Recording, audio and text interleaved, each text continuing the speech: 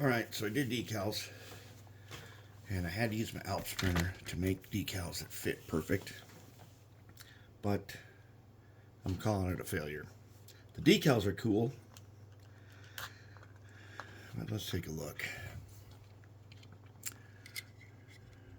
I like the decals. This backside is kind of good to go.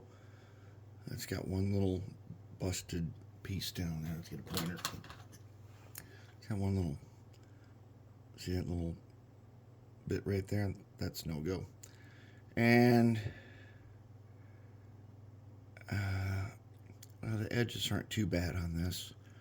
The ladder will cover the edges, and of course it would be matte finished. But take a look at this side. Problem with the Alps printer is you got to use decal bonder. That means you got to be careful. If you put microset on there, it's going to ruin the decal. If you don't, it won't sit down. This one even got a crinkled edge. This one's even worse. Couldn't get it to sit down. And then the coating got all splattered. I think I'm going to have to go ahead, strip it down, start again. Fortunately, I made plenty of decals and I can make more, but I do like the way that my decal turned out. You can read, it says Wrecking Crane. And I was looking at, what about numbers and stuff? Well, way back in 1910, I found examples of cranes that were just lettered. And some of them would say like number 1 or number 2. They didn't have those X numbers like came along later. And the ones that you can find that do have X numbers, that was added later, as they didn't have that kind of a numbering system. But, I mean, I think we're on the right track, but this is just not good enough. It's too, there's too much splatter in that. We can do better. So we're going to go ahead and redo it. But otherwise, let's take a look what it would look like. We put this guy on.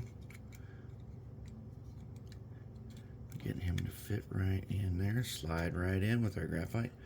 And he'd look like this. And then he'd be a matte finish. And I'll test satin to see if I can do that first, because like the instructions say, they're not sooty, they're oily. And I found out why by looking at a crane tour from a Lake Superior Railroad Museum. And the guy goes in one of these. You don't get to see much. And they had repainted it and fancied up the gears and stuff. But on the inside, sure enough, the levers weren't exactly like ours, because they didn't restore everything in here. So they had letters painted in the Minute Aqua with red handles, just like I suspected. But back in here by the boiler, there's this thing that he said when they, so when steam cranes operate, there's a little, he showed this little box and you pull a lever and stuff. It adds oil into the steam to keep parts lubricated, and that's where everything got oily. And then, as you know, if it's all oily, it's going to collect dirt and stuff and start to turn grimy and everything. And so ours is not too grimy. This part's good to go. We're going to keep this guy just the way he is, but we can do better on this cab. We can, so we're going to.